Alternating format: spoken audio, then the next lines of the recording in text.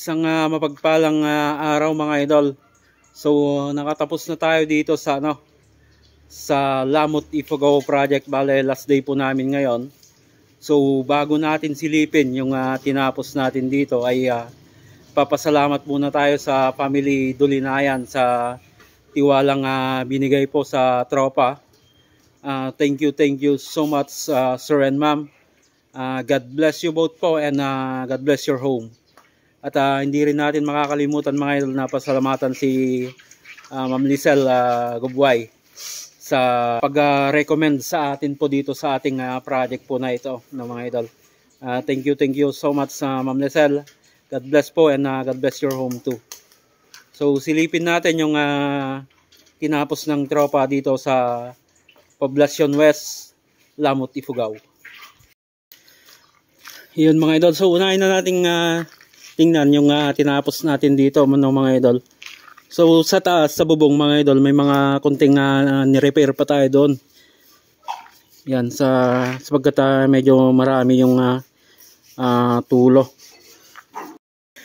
So hopefully mga idol ay mawala na lahat yung pumapatak galing sa mga butas sa loob. So pinatingnan natin lahat yan kanina mga idol at maayos na. And then dito sa wall tiles mga idol, ito yung mga naging additional nila madam. So na-picture na po natin ito sa mga nakarang vlog natin. 30x60 po dito yung ginamit natin. And then sa yukat nya, yung grout is black yung pinagamit nila para magiging dagdag design nya. So mahalata natin mga idol yung pinakabigat niya is black. And then, ito rin, mga additional po ito. Yung ginamit natin dito is smoke gray. Then, papasok po sa loob. Yan. So, 60x60 yung ginamit natin dito, mga idol. Ito sa mga upuan niya. Kinat na lang po natin. Then, yung kanto mesa natin is hindi natin masyadong dinikit. Para, alam nyo naman pag outdoor na ganito medyo nababasa pag umulan, madulas, baka may madulas pa, kaya medyo binilog lang natin ng konti dito sa mga sa upuan lang naman. Then dito sa mga poste is 30x60 din po ito. So kanto mesa din po. Yan. Kanto mesa din po ito.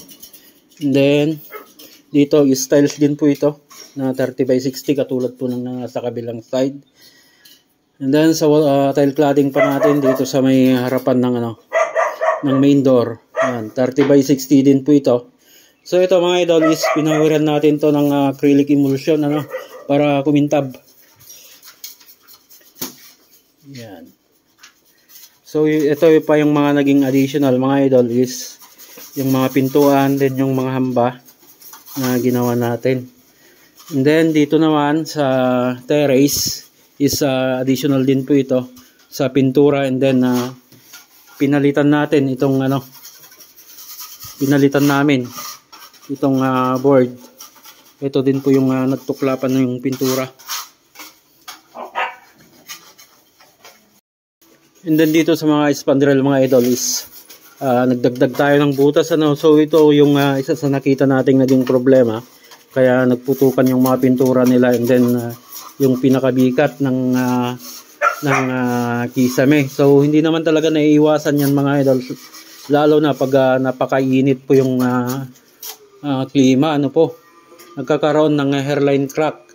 Pero para mas maiwasan is magkakaroon, mas maganda kung maraming pasingawan. So nagbutas tayo gamit natin yung 10mm. Yan, so dinagdagan natin lahat ng pasingawan. Maliit lang po kasi yung dating pasingawan ng spandrel. Then pasok pa tayo sa loob. Yan, so unahin muna natin dito sa room. So sa wall lang naman po yung ginawa dito sa room mga idol. And then in future siguro mga idol is babaguhin din daw po itong itong plywood na kisame. So wall lang po yung ginawa namin dito. And then additional is itong pintuan sa kahamba. And dito sa living area mga idol, yan no. Yung pintura na ginamit natin dito is halos iisa lang mga idol na tints of gray sa loob. And then ano tong baseboard natin? Choco brown. Chocolate brown itong pinaka baseboard natin mga idol. So hanggang dito lang yung ginawa natin. And then itong kisame sa future din po siguro ito. Future. And then itong railing mga idol. So naitap coat na natin ito. So ito siya. So sa video hindi yung siguro masyadong mapaghalata, pero pag sa personal mga idol is kita po yung haspe niya. Yan o.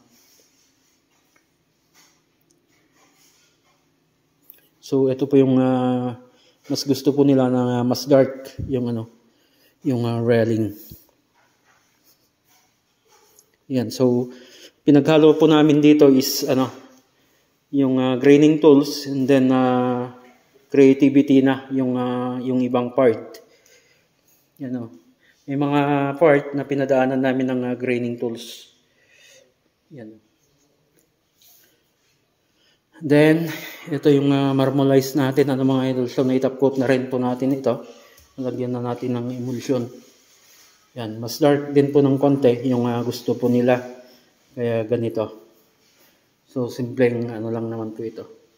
Marmolize. Then dito sa hallway.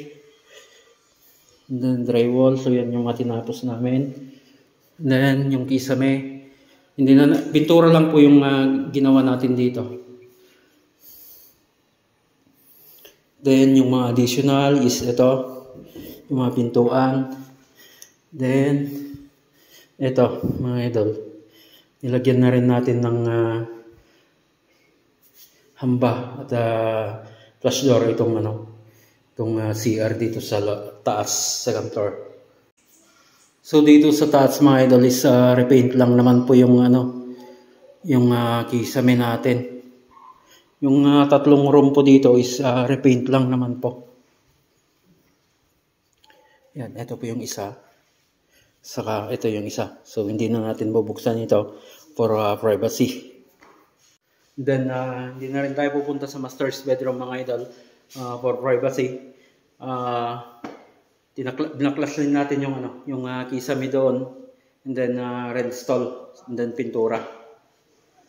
Yan yung ginawa natin dito. Yun mga idol, so yan yung kabuuan ng ating tinapos dito sa ating project sa Poblacion West. So idol, master, baka may huling mensahe ka bago tayo malis. Kaya ulit ng susunod. Thank you. Thank you, ma'am. Tiwala. Okay. Okay, inuulit ko po. Thank you so much po sa may-ari po ng bahay. God bless you both po, and God bless your home.